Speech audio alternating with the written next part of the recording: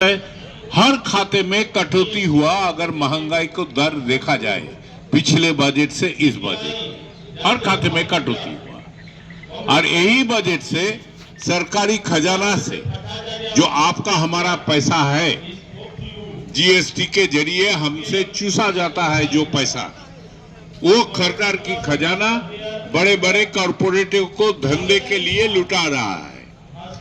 आजकल और बड़े कॉरपोरेट ने, छोटे नहीं, बड़े कॉरपोरेट ने और खुद का पैसा में धंधा नहीं करते हैं, ये सरकारी पैसा में धंधा करते हैं।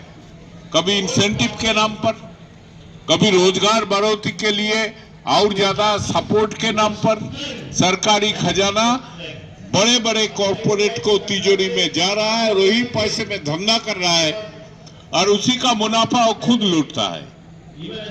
पिछले साल सारे बड़े पूंजीपतियों का मुनाफा पिछले 15 साल में जो तरक्की हुआ इतना बड़ा, इतना ज्यादा मुनाफा नहीं हुआ।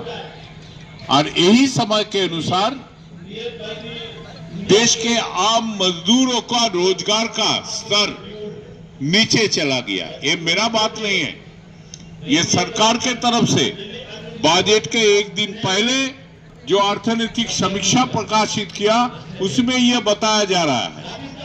अर्थनीति समीक्षा में यह बताया रहा है जो लोगों को रोजगार नीचे जा रहा है और उसके बाद मनरेगा से 100 दिन का काम के मुद्दे पे स्वास्थ्य का खाते में,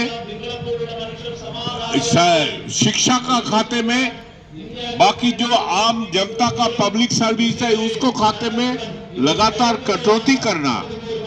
जब रोजगार मजदूर एकता जिंदाबाद जिंदाबाद जिंदाबाद मजदूर एकता जिंदाबाद जिंदाबाद जिंदाबाद लड़ेंगे जीतेंगे जीतेंगे जीतेंगे लड़ेंगे जीतेंगे जीतेंगे जीतेंगे।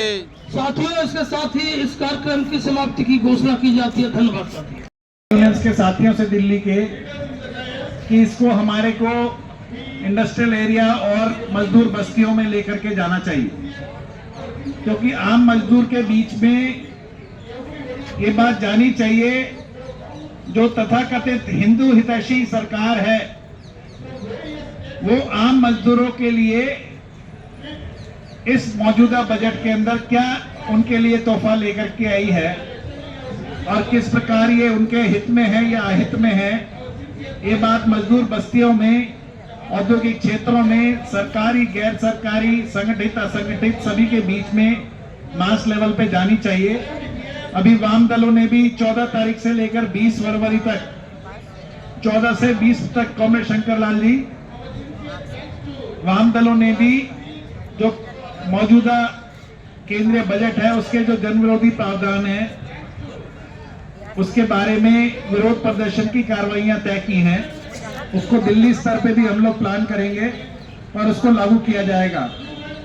बड़ी अच्छी बात है, हमारे बीच में आज कॉमरेड विद्यासागर गिरी जी ने अपने विचार रखे, साथी तपन सेन ने रखे, साथी RS डैगर, साथी नरेंद्र, कॉमरेड नवीन, LIC सेक्टर के एक्सपर्टाइज कहा जा सकता है, हमारे साथी जो नेतृत्व कर रहे हैं, साथी नवीन।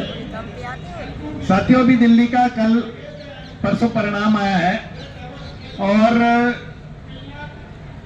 एक ही बात का अफसोस है हमें बहुत ज्यादा।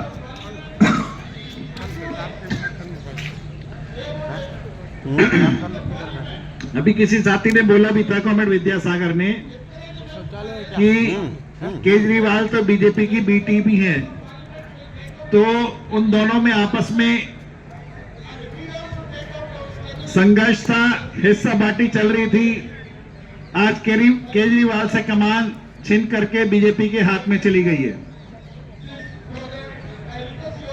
हम सब जो केंद्रीय ट्रेड यूनियन के नेता हैं यहां मौजूद हैं, दिल्ली के अंदर अपना अपना संगठन और हमारे नीचे अनेकों यूनियंस हैं अलग अलग सेक्टर्स की। मेरा व्यक्तिगत राय यह है साथियों कि जितना भी चुनाव दिल्ली के अंदर हो रहे हैं, हम सब जान रहे हैं कि मजदूरों पे, मेहनत कशों पे जो बहुमत है उन पे लगातार सरकारों का हमला दर हमला जारी है। चाहे वेतन कम अदायगी का मसला हो, काम के घंटे बढ़ने का मसला हो, स्थायी रोजगार ना देने का विषय हो, ठेकेदारी को बढ़ावा देने का विषय हो, हमारे असंगठित क्षेत्र में जो अनेकों अनेक श्रमिक काम करते हैं 94%, उनकी सामाजिक सुरक्षा का विषय हो, सरकारी क्षेत्र के अंदर खाली रिक्त स्थान पड़े हैं उसका मसला हो। हम लगातार 5 साल, क्या पूरे 365 दिन सक्रिय रहते हैं, कम या ज्यादा, मगर चुनाव के अंदर हम क्यों नहीं इनके ऊपर मुद्दा बना पा रहे हैं, हम सबको सोचना चाहिए। चुनाव बार बार ये महसूस किया जा रहा है कि जनता को और मेहनत कर जनता को, जिसको हमारे साथ चलना चाहिए, जो हमारे साथ चलती भी है आंदोलनों में, प्रदर्शनों में, मगर ये जो पूंजीवादी दल हैं वो उनको भ्रमित करके, बहला के, फुसला करके, वो जो एक वर्गीय एजेंडा होना चाहिए उससे भटकाने में कामयाब हो जा रहे हैं।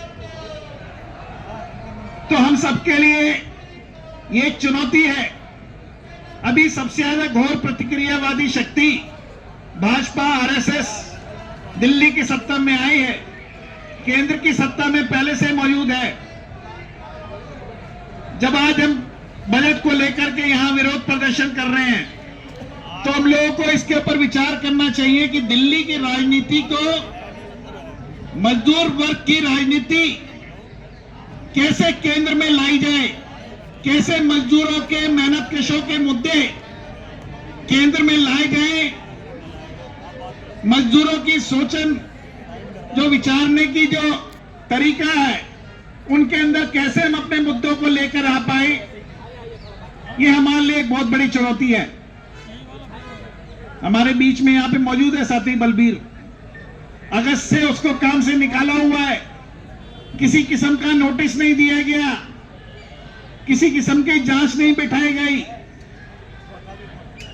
क्या हम ये उम्मीद करें कि केजरीवाल साहब और केंद्र सरकार के तहत चलने वाली वो यूनिवर्सिटी और ऐसे अनेकों अनेक कारखाने, दुकान जो मालिकों की मनमर्जी है, क्या इसी प्रकार से जारी रहेगी?